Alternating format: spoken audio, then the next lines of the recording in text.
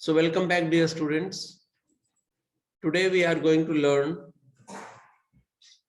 how to draft an application for compromise of a suit, and second item, how to write down an application for appointment of a guardian. So far as drafting of application for compromise of a suit is concerned, all of you know that after institution of the suit, it is open to the parties to compromise, adjust, or settle it by an agreement or compromise. And the underlying principle is that all matters which can be decided in a suit can also be settled by means of compromise. Order 23, Rule 3 of CPC lays down that where the court is satisfied that suit has been adjusted wholly or in part by any lawful agreement in writing signed by the parties, and where the defendant satisfies the plaintiff in respect of whole or any part of the subject matter of the suit, the court shall record such agreement, compromise or satisfaction, and pass a compromise decree accordingly. An agreement or compromise which is void or voidable under Indian Contract Act shall not be deemed to be lawful within the meaning of Order 23, Rule 3 of CPC. Now, whether compromise can be signed by an advocate or pleader, an advocate appearing on behalf of a party has always an implied authority to enter into a compromise on behalf of his client. Now, whether compromise decree operates as res judicata, the compromise decree is not a decision of the court. The compromise decree merely sets the seal of the court on the agreement of the parties. The court decides nothing in a compromise decree, and nothing is heard and finally decided by the court. Hence, a compromise decree cannot operate as res judicata. Such a decree, however, will operate as an estoppel between the parties. Now, dear students, there is an important change in the law. That previous legal position was that compromise can be done only with reference to the subject matter of the suit. Now the law has been amended. CPC has been amended in 1976. So the normal rule prior to CPC Amendment Act of 1976 was that a suit can be compromised so far as it relates to the subject matter of the suit.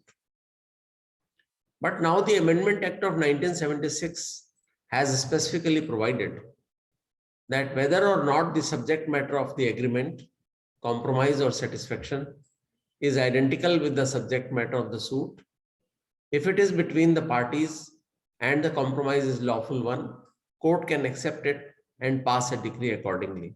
Say, for example, you had filed a suit of specific performance against the builder. Now you are going to compromise it. You can compromise any other item, like if you have given money to the builder on promissory note, which is not the subject matter of the suit pending before the court. So that disputed matter based on promissory note can also be compromised in a suit relating to specific performance. But dear students, you must take note of this fact that no suit can be filed to set aside a compromise decree on the ground that it is not lawful. This is the mandate of Order 23, Rule 3, capital A of CPC. And since the matter has been compromised by the parties, no appeal lies against a consent decree passed by the court. This is the mandate of Section 96, Clause 3 of CPC.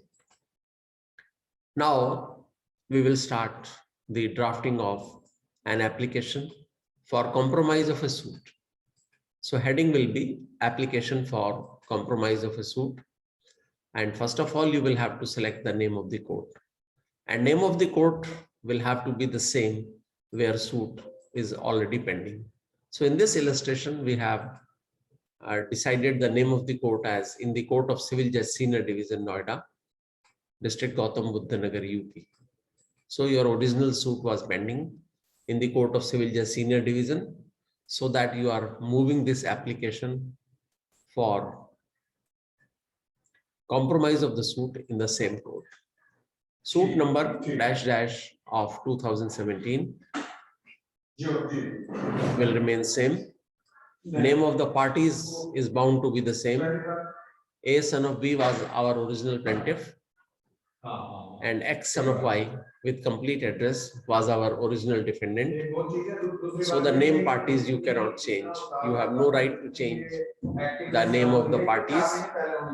They will remain the same when you are moving an application for compromise of the suit. And the opening sentence will be drafted like this: that plaintiff and defendant above named most respectfully submit as under. This is a joint application moved by plaintiff and defendant. Para 1.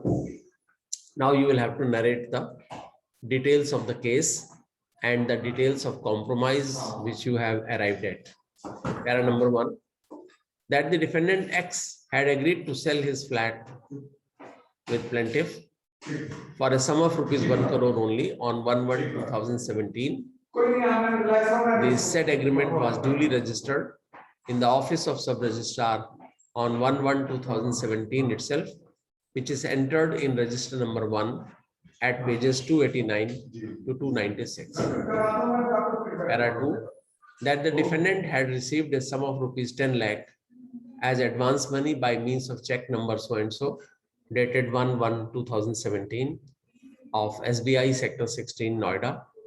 The balance money rupees 90 lakh only was to be paid at the time of registration of the sale deed in the office of sub-registrar, Noida. Para 3. That the time fixed for registration of sale deed was up to 30th June 2017, but the defendant had refused to execute the sale deed unless a total sum of rupees 1 crore 25 lakh was paid to him. The plaintiff had no option but to file this suit before this honorable court. Para 4. Now both the parties have amicably decided to compromise this suit in Lok Adalat today. Para 5. That the total cost of the flat is now agreed at rupees 1 crore 10 lakh. It is 1 crore 10 lakh.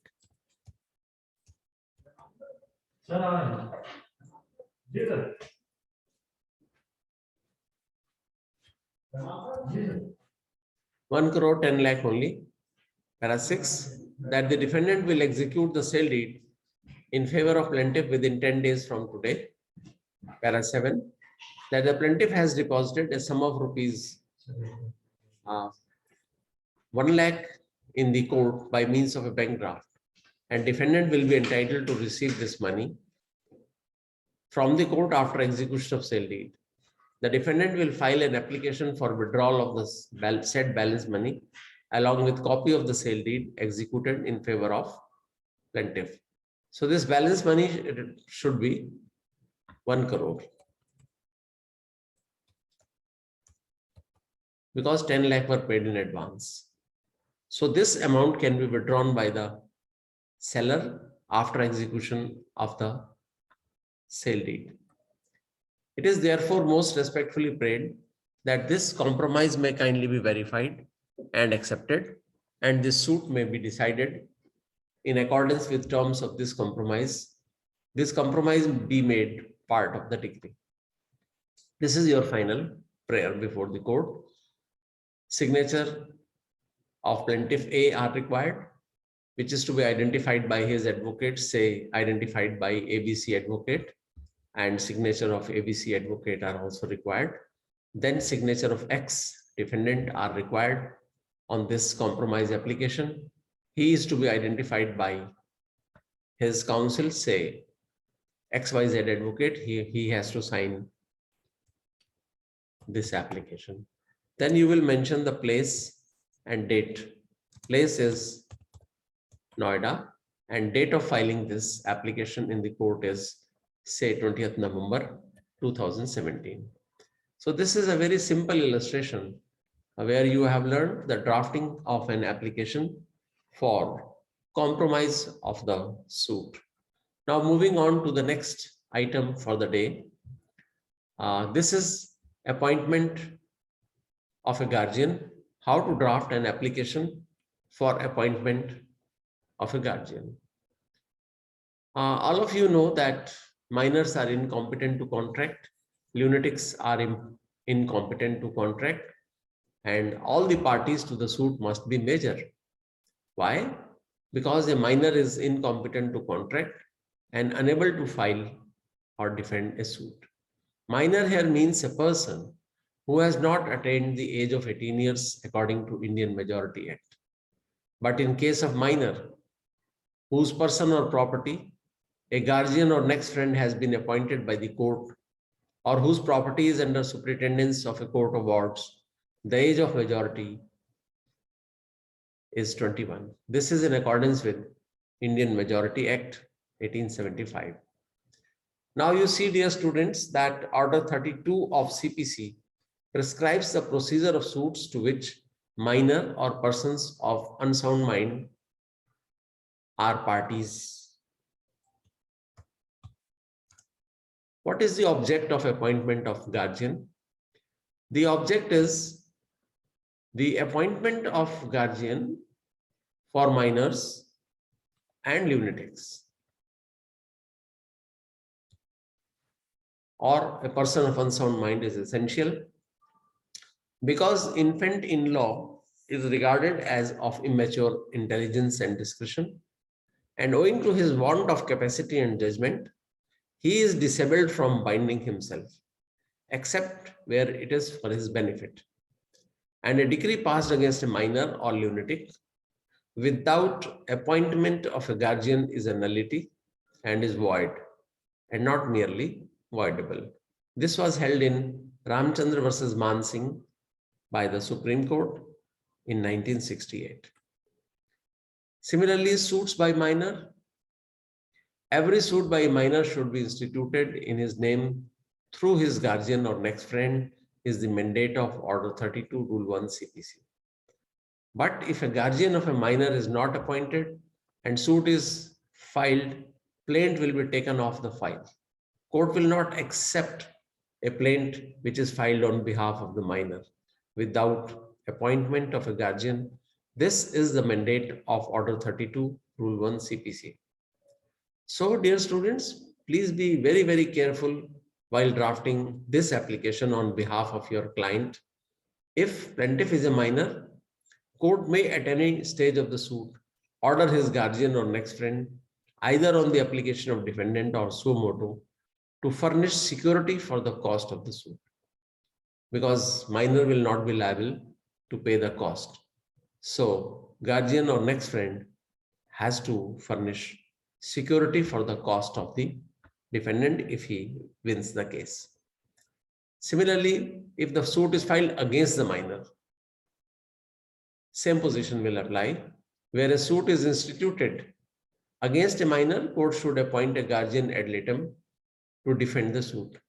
Ad litem is a Latin word which means for this action only. Guardian ad litem is a unique type of guardian in relationship that has been created by the court only for the duration of a legal action, and court appoints such representative for infants, minors, and mentally incompetent persons, all of whom generally need help for protection of their rights in the courts. Now, how long this appointment of guardian will continue? The appointment of a guardian of a minor should continue throughout all the proceedings, including appeal, revision, and up to execution of the decree, unless it is terminated by retirement, removal, or death of such guardian. Now the question is, who may be appointed as a guardian? As a lawyer, you must know, because you are going to draft an application for appointment of a guardian. So dear students, any person who has attained majority, and is of sound mind, may be appointed as guardian or next friend, provided his interest is not adverse to that of minor and who is not opposite party in the suit. The consent of the person to be appointed as guardian is to be taken before he is appointed as guardian by the court. Yes, consent of the guardian in advance is essential. The total object of this exercise is that the interest of infants is the paramount consideration before the court. Order 32 of CPC is based upon the general principle that interest of infants is of paramount consideration. It is therefore the duty of the court to ensure that guardians or next friend act honestly and exercise their discretionary powers bona fidely in the interest of minors. Now, what will happen if a guardian has been appointed for a minor, but he attains majority during pendency of the suit? So, on attaining majority, a minor plaintiff may adopt any of the following modes. Number one, he may continue with the suit because he is now major. He will have to apply for an order discharging the next friend or guardian and leave to proceed in his own name. If the minor has turned major, he will have to apply for the discharge of the next friend or guardian and ask the permission from the court to proceed the case in his own name. Or second option is that he may abandon the suit and apply for its dismissal on payment of cost to the defendant. He can say to the court, and now I am major and I will not contest this suit. I am abandoning this suit. But in that case, minor turned major will have to pay the cost of the defendant. And third option is that he may apply for dismissal of the suit on the ground that it was unreasonable or improper. And fourth option is that if he was a co-plaintiff, he may repudiate the suit and apply to have his name struck off as plaintiff. So, dear students, the application for appointment of guardian should contain the following elements. Number one, name of the minor, parentage of the minor, date of birth of the minor. Then application should also contain the name of the proposed guardian, parentage of the proposed guardian, age of the proposed guardian, and relationship of proposed guardian with the minor, and averment that the proposed guardian has no adverse interest against the minor. And this application should also contain the consent of the proposed guardian along with his signatures, because without the consent of guardian, he cannot be appointed as guardian for minor or a person of unsound mind. So, dear students, now we start the actual drafting of an application for appointment of a guardian. So its heading will be application for appointment of a guardian under Order 32, Rule 3 CPC. And as such, since you are going to draft this application, the first dilemma before you is to choose the name of the court. Name of the court will be the same where the suit is pending. So in the Court of Civil Justice Senior Division, Noida, District Gautam Buddha Nagar, UP, this was a court where our suit was already pending, and civil suit number is 23 of 2017. This is an arbitrary number. Then our plaintiff was A, son of B, aged about 40 years, resident of flat number 918, Pavilion Court 10, JB Greens, Wishtown, Sector 128, Noida, District Gautam Buddha Nagar, UP. He is the plaintiff and he is major. He is 40 years. Then comes the defendant number 1, X, son of Y, aged about 45 years, resident of flat number 509, Designers Park, Sector 62, Noida, District Gautam Buddha Nagar, UP. He is defendant number 1. He is also a major. But our defendant number 2, C, son of X, aged about 8 years, date of birth 1/1/2009, resident of flat number 509, Designers Park, Sector 62, Noida, district Gautam Budh Nagar, UP. Defendant number 2 is a minor whose date of birth is 1/1/2009. So on the date of filing of the suit on 1/1/2017, he was only 8 years old. Center heading, you will draft like this. Application under Order 32, Rule 3, CPC.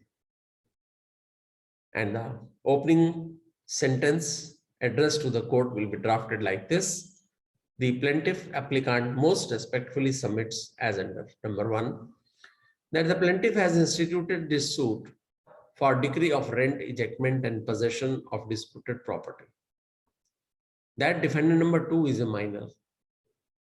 That defendant number 1 has refused to act as guardian of the said minor.